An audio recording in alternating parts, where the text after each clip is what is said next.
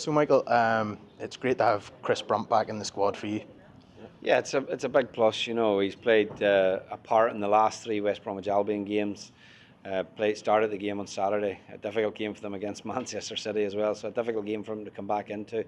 But you know, Chris is a very experienced player. He's a player that we missed in France. There's no doubt about that. On that left-hand side of the pitch as well, he gives us great balance. And again, he's one of our few Premier League players. So it's great to have him back. Will Grigg obviously makes a return to the squad as well. What does he add to your squad? Well, he's a player that still has to prove himself at this level. You know, he's been in the squad now.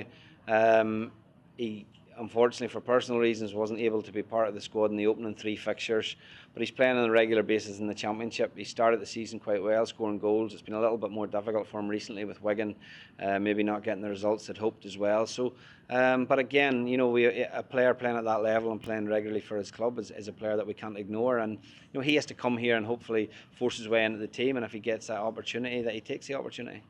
Obviously, it's unfortunate to have Craig Cathcart missing out. What sort of blow is that for the team? Well, it's been a blow, really. Now, Craig's not been available to us in any of the three games. He's carried a groin injury, basically, I think a little bit from the finals, to be honest, as well. And it's been an ongoing situation.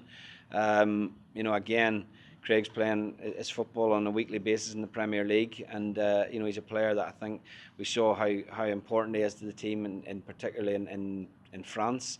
But it gives us a problem because you want your best players available. Unfortunately, Craig isn't, and certainly he's one of our best players. And just looking ahead to the Azerbaijan match, they've had a dream start to the campaign. What are your thoughts looking into that match? Well, listen, they've had a great, as you rightly say, a great start to the campaign. 7 points from 9, good win at home to Norway, and a good point away at the Czech Republic as well. So they're in a good place. They're a very difficult team to play against. They'll be very strong defensively. They'll play with a very defensive shape, but they pose a great threat in the counter-attack as well. So we'll have to be at our very best to win this game. This game is not a formality in any shape or form.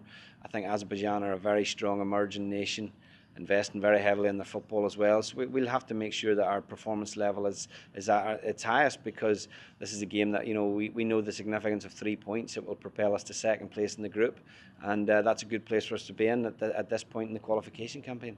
And then just looking ahead to the Croatia match, just to round off the year, how important is it to round off the year on a high? Well, it is.